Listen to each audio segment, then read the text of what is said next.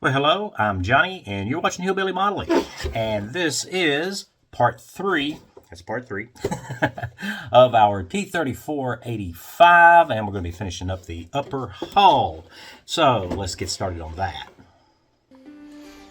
So, here is our upper hull. This is just like we left it in our last video. We have our little shadow boxes there for our Photo-Etch grills all installed. Now, what we're going to look at here is there are some real little bitty circles. I hope you can see that. And those little circles is where the T34-85 handrails, grab handles, are located on this particular tank. So they are really hard to see, but that's where they're supposed to go. So we're going to use those little circles there as a locating point there for our new handles that we're going to make. And we're going to substitute wire for the plastic part. So what I've chosen here is some jeweler's wire. This is for making necklaces and earrings and stuff like that. But it is a much stiffer wire than your standard copper wire. But we do have a larger selection of sizes.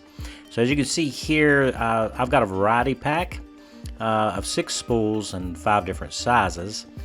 And as you can see here on the back, it gives us all the sizes there. So I've selected one that I think is probably going to be more in scale to the model that we're actually doing here. So the first thing to do is kind of measure the grab handles here and kind of see what the size is on the kit itself. Now, I still think that these plastic ones would be fine, but as you can see here, it's a 0.87 millimeter. And the wire that I've chosen to replace it with is going to be a 0.64 millimeter. And that'll bring it down in size and probably make it, I believe anyway, that'll be more into scale for what we want to do. So we'll have to make some holes for this wire, and of course you can't get a 6.5 drill bit, but that's okay. We're going to use a 0.7 millimeter drill bit for that. So the first thing I'm going to do is I'm going to use my hobby knife, and I'm going to find the center of each one of those little circular locator marks that are on the hull here, and we are just going to put us a little divot in the center of each one of those, and that'll help us locate where the drill bit needs to go, and we'll be able to drill those out. So you want to be really careful and make sure that you start your little starter divot there in the middle of that locator circle that's on the hull. So with all of our holes marked, we're going to go ahead and use our 0.7 millimeter drill bit here and our Tamiya handy drill, and we're going to drill these out. Now we want our drill bit to be perpendicular to the surface. So this is a slanted armor, of course, angled armor. So we just kind of eyeball it, and you want to be perpendicular. That's 90 degrees from that surface to drill straight through it. Just make sure that you don't put your finger behind that piece of polystyrene there. You don't want to drill a hole in that. And we're going to drill all of them out, and that's both on the left and the right side. So don't forget to do the other side as well. So once you drill these holes, what you're going to find is that the drill bit is going to pull some of that plastic up to the surface, kind of make a little ring right around where you drilled it. That creates a little burr there. So what I'm doing is I'm taking an oversized drill bit here and just really lightly, very, very lightly, just spin it over the hole, and that will deburr it and take that little ring off that's left by the drill bit. You can sand this if you like, but I think this is much easier to do. Just don't put a lot of pressure on it because you don't want the drill bit to bite into the plastic. You just want to remove that little ring that's been raised. So one of the obvious features of our T3485 over the T3476 is that it has a larger turret, and that turret sticks out considerably more than the old turret. And because of that, the engineers found that they had these little areas that were what they call shot traps, and it can cause the incoming enemy fire to be funneled down towards the turret ring, which you don't want that to happen. So they did have these little pieces of steel that they welded there to help reduce the possibility of a round getting stuck into a shot trap. Now, I glued that one on, I think, at the wrong angle, so I'm gonna just knock it off and stick it back on there. It's just a little triangular piece. On the real tank, it's a piece of steel, of course, piece of armor. Now, there are little lines that are molded in that are really hard to see where these pieces go. Now, this is something that the earlier T34s didn't have, but because of the larger turret, of course, it became necessary to do. So we have this one on the front to do, and then there's one on either side as well. So I'm going to go ahead and put those in now. So next, we're going to use some perfect plastic putty, and this is a water-based putty, which makes it really easy to work with. And we're going to have to fill some divots. Now, these are just little locating recessed areas here for the earlier version of the tank that had a long handrail that went down both sides. And we're not using those locators because we have different type of grab handles here on our T3485. So what we're going to do is we're going to fill these because those don't really supposed to be there. So we're just going to use a cocktail stick or a toothpick if you prefer, and we're just going to fill those up and let those dry. Now, they're going to dry pretty quick because this is a water-based putty.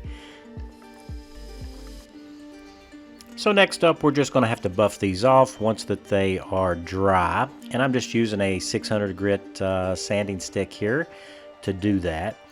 Now, we didn't fill these before because those little locating circles for the grab handles that actually go on our T3485 were so fine and just barely there that I was afraid to sand those away. So we needed to drill those out first before we went back and filled in the old locator divots, I guess is what we're going to, or sockets that were there for the early version of the tank. So you're going to want to do that first. You want to drill first for your new handles before you fill and sand this away. Now, if you're going to use the plastic type handles that comes in the kit, you need to be really careful that you don't sand away your locators. Alright, with that done, next I cut a strip of wood here, as you can see. That is the width of the distance between the two holes for each grab handle. I hope I said that in the correct order so that you can understand what I'm getting at here. As you can see, if I can hold it correctly, just the edge of that strip of wood should touch the inside or the facing edges of the holes for each grab handle. This will keep us uniform in making our grab handles that are going to go in these holes, or at least I hope it does. So yeah, the reason why I'm using wood instead of polystyrene is because this metal that I'm using is not copper. It is a stiffer wire, a jewelry type wire, and the polystyrene I don't think is stiff enough for us. So I decided to use a piece of wood for that. And the first thing we're going to do, as you can see me here, I'm just going to sand the finish down on this really bright and shiny wire. and that'll do a couple of things for us. Number one, it'll give us a little bit of extra grip for our CA glue when we glue these into place, and it'll also help with paint adhesion, which is always important over metal parts. Now we need to cut us a little section of wire here. Now I'm going to be using these wire cutters here.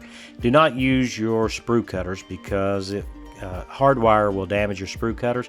Sprue cutters are designed for polystyrene sprue. Do not use them to cut wire, okay? So I'm just going to cut me a section off using the wire cutters.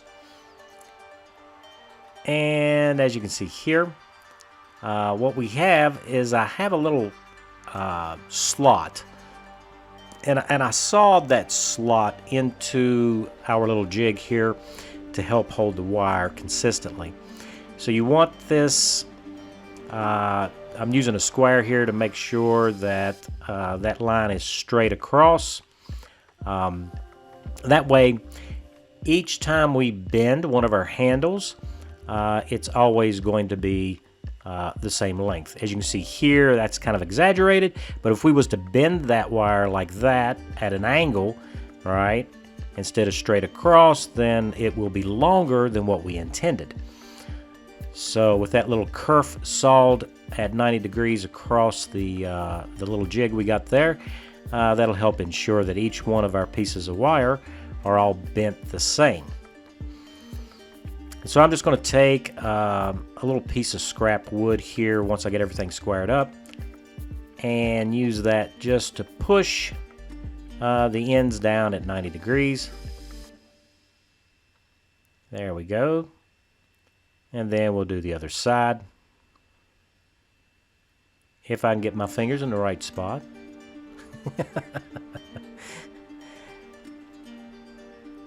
Once you do a couple of these, it actually gets a lot easier and a lot faster. Alright, so now we have our handle bent, and by using this jig we'll be able to get each one of our handles the same. Now you might be a little bit off, and that's okay because we can just twist it a little bit and line it up. So what the jig does is it allows us to make multiple handles all the exact same size. Good for us on the T34-85, probably for production simplicity. All the handles on this tank are the same length, and that includes the ones that are on the turret. So we'll be able to use our jig for that too. So next up was we need to test fit, and remember, test fit is always your friend, and make sure that the wire actually fits our holes, and it looks like we're kind of in business there. That's not too bad. So what I've made up here, this is a 1 millimeter thick piece of polystyrene, and we're going to use that as a spacer. That way we get every one of our handles at the exact same height from the metal plate or the armor plate.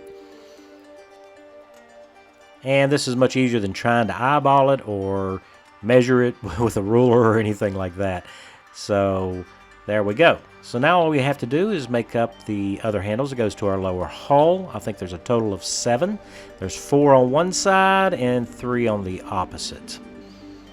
So with all of our handles made and installed, I'm going to take and check them and make sure that every one of them spaces out the same. Even though I gauged it, as I installed them, as we handle this upper hull section, we may push one in or push one out or whatever. Before we commit to any kind of glue, we just want to make sure that they're all the same. So always double check your work, make sure that everything's where you want it to be. Now we'll be using this medium strength CA glue to affix our handles. And I have purposefully made sure that they extend inside the hull there, so we have plenty to glue around there. Now if you've got them way too long, it's okay. You can go back and trim it off, or not even worry about it, because it's not going to hurt anything on the inside anyway, and you can't see them because this tank doesn't have a interior. So we don't have those things that we would have to worry about if it was a full interior tank.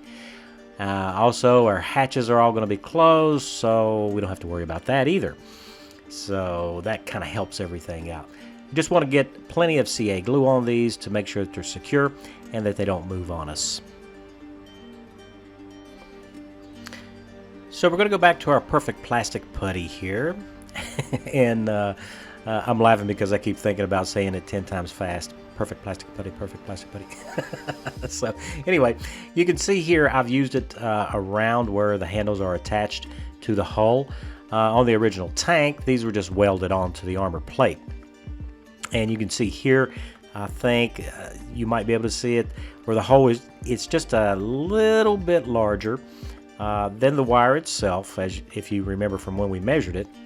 So what we're going to do is we're going to use this perfect plastic putty to actually make us a kind of like a simulated weld here. It's going to do a couple of things for us. Number one, it's going to cover that gap, and it's going to simulate that weld. So it's really easy to use. It's kind of messy. Just we don't have to worry about it too much though, because it is a water-based putty, and it's easy to clean up. So I'm just going to use the toothpick there to get that perfect plastic putty in place. And with that all installed, we are going to let it dry completely. That doesn't take too long for it to dry, so it's not a great big deal here. But we do want it to dry completely, because in our next step, we're going to start to use the water to dissolve the surface of it to kind of sculpt it. And we don't want to be pulling big chunks of it out, so it's important to let this dry completely.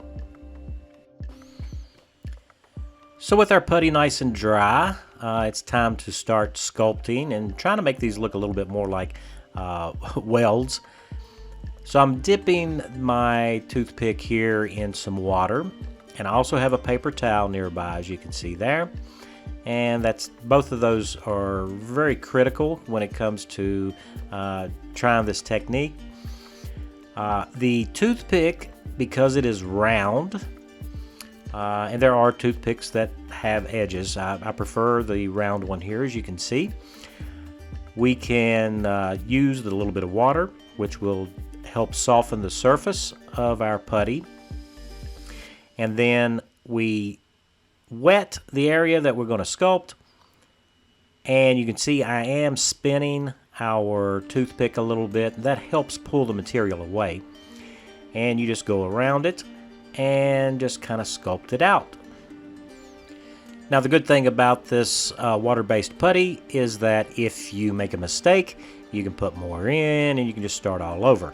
If you're using something like CA glue or any of these two-part epoxy type fillers, or the hardening type like the Tamiya filler, you don't have very much time to actually work with it. This stuff you can just you can put it on today and come back next week and sculpt on it. So it's really, really easy to work with, and it's very forgiving of making mistakes, which is really good for me. Now once we've got everything sculpted down the way we like it, there is going to be a little bit of residue left around where we've been adding water and moving the putty around. So I'm just tearing off a little piece of a paper towel here, and you can use any material that you like. This is disposable, so I like that. Just dip it into the water and just kind of mop it around the area, and you can clean up any residue that's left over from sculpting out your little weld simulation here. And we don't have to worry about pulling everything that we've already accomplished there out, and that'll clean up the plastic nicely. And this stuff is really easy to clean out of any grooves or recessed areas that are supposed to be left clear. So if you get a little bit of the putty in there, we can just scrape that right out, and it comes out really easy. Alright, with our grab handles on, we're going to go back and look at our instructions. So we have already done everything here in step 3. And we're going to skip step 4 because that's our turret, and step 5 as well. Now on to step 6. We've already finished up our upper hull. We have our tracks installed already because we put our metal tracks on. So next up will be our fuel tanks. So these are the external fuel tanks. Kind of an iconic kind of feature there on the T34 series tanks. So we need to build these up. We have 3 of these to make. So one thing that Tamiya has done for us is the way they have the locator tabs, or I should say pins and holes, they do not allow you to put them on wrong. So they're only going to go together one way. Now if you wish to assemble it a different way, I don't know why you would, but you know, it's just not going to happen with this. So we're just going to go ahead and line it up, and we're going to touch it with a little bit of our Tamiya Extra Thin to glue them together. I'm just going to start at one end. Now these do have the tendency to want to spread apart a little bit on the ends, so you want to affix it at one end first and then glue the other side. But the alignment's not bad. Considering the age of the kit, it's actually pretty good. So we have our ends to put on, and they have these 2 tabs here on the back, and they'll just fit into the open slots on the inside there, the recess. So you can't really get these wrong, I guess. It's only one way that they're going to go in, so we're just going to put them in and glue them into place. Really easy affair, and then we just need to glue the other side in. So once our glue sets up for us, I'm just going to use my hobby knife here, and we're just going to gently scrape this seam a little bit. Now these tanks come pre-dented, so we don't have to worry about putting dents in them. But I am just going to remove a little bit of material here, just kind of checking the seam and how far away we are from where we need to be, because we don't want that seam to be visible. And it looks like we're gonna have to use some sort of a little bit of filler there, so we'll go ahead and we're gonna use some Mr. Surfacer on it, I think. Now this is Mr. Surfacer 500, so it's a little bit thicker than the 1000, and we're going to be using that to help fill our seam here. And it's not that bad of a seam, but once we get paint on it, it will be visible. So we're going to go ahead and just paint over that seam. I'm going to do the straps first because they also have a little bit of a noticeable seam there. And we'll just run the Mr. Surfacer 500 down on both sides. Now it's important that you let this fully dry. And it's also a really strong smelling product, so you're going to want to make sure that you're well ventilated when you're using this stuff. Now once it's dry, we're going to take a sanding stick here. Now this is the foam filled flexible type. That'll keep us from sanding any flat spots over our seam there. And we're just going to buff that down until it's nice and smooth. And once we get it mostly sanded off there, we're going to take a finer grit sanding stick and just buff out all the scratches that are left in by this sanding stick. We just want to make sure that there's nothing that's going to show through our paint, so we're going to buff these scratches out. So it's time to use this Vallejo black surface primer, and I'm going to mix it for my airbrush. And what we're doing is we're just going to fill in, well not fill in, but paint all of those little shadow boxes that we built up for our Photo-Etch. Well, we want that nice and black underneath there so we don't have any reflective light. So next up we need to work on some PE. And as you can see here, we got some really small pieces. There's a strap that holds our shovel handle, and then our shovel head.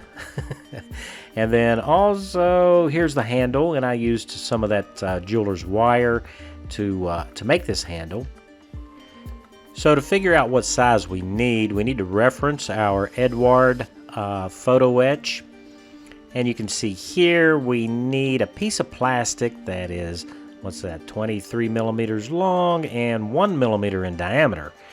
And as you would have it, I don't have anything that's 1 millimeter in diameter, but this wire right here that was in that variety pack of jeweler's wire there is going to suffice for that. It's just under 1 millimeter. It's 0.94. So yeah, it's close enough. I think we'll be fine with that. And then we have these little parts down here that are for a blackout. I believe it's a blackout drive tail light or a regular tail light of some kind. Most of our T70 or T34 76s didn't have them, as far as I know. So they do want us to use a little piece of plastic to back that up, but we'll see how we get on with that later. So first off, we're going to work on this shovel. So I need to start doing a bend, or at least get the wings of the portion of the shovel head that folds around our handle. I need to get those to kind of fold up a little bit. So I'm pressing it in on this great big pinky eraser here, which is a really soft rubber, and allows for us to form our PE. Now I did not anneal this using heat because I don't want it to be too flexible. I want it to stay crimped for me anyway when we fold it around our handle. So by using that drill bit to press it down, I've managed to get it to kind of come proud a little bit from the surface of that pink eraser, which gives us something to grab onto, and we can pull it up around that drill bit that we're using, which is roughly 1 millimeter, roughly. We just need to get it to fold up into a U shape so that we'll have something to work with when we go to bend it around our handle. And as you can see here, that's kind of what we're going for. So the next thing we need to do is to go ahead and put our handle in place. And with that in place, we're going to go ahead and crimp that part of the shovel head right around our metal handle.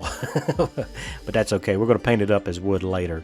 So I am using some pliers to do that, and it is a little bit fiddly, so I'll get that crimped on eventually. But we're also going to use some CA glue to secure it. So here we are with it secured with some CA glue, and it's crimped all the way around. I've also folded the shovel just a little bit there to give it a little bit of an arc, a little bit of a bow. These shovels were relatively flat. They weren't hugely well, I don't know if it's convex or concave. I guess it depends on what side you're on to the side. Also, I had to bend this up off camera. That's that little strap that holds it into place and fixes it to the hull. So it's really teeny tiny. It's kind of hard to bend too. Now, one of the things that is missing is something on the hull to hold the shovel head in place when you go to strap it on. So what we're going to do is we're going to make our own. And to do that, we're just using part of the leftover fret from the Eduard Photo-Etch there. And here I'm just getting kind of a measurement here of how long this piece needs to be.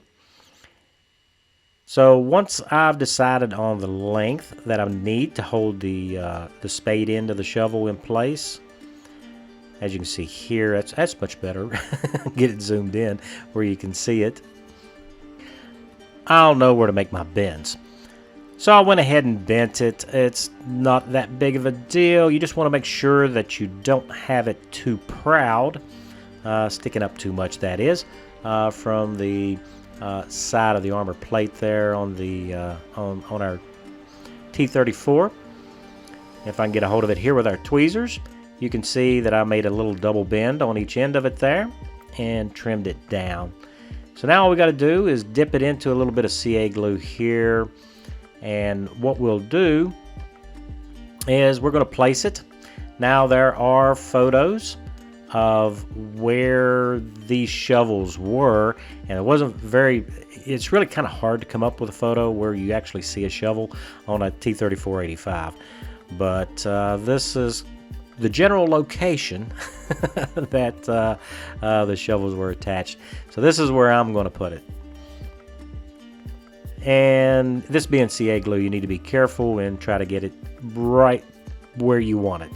Stick that landing, so to speak, so that it's not all crooked. We don't want a crooked shovel bracket.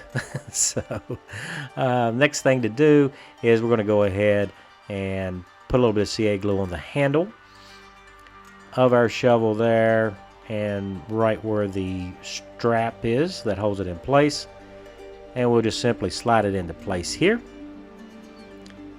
being very careful when we do, and we'll just drop it down.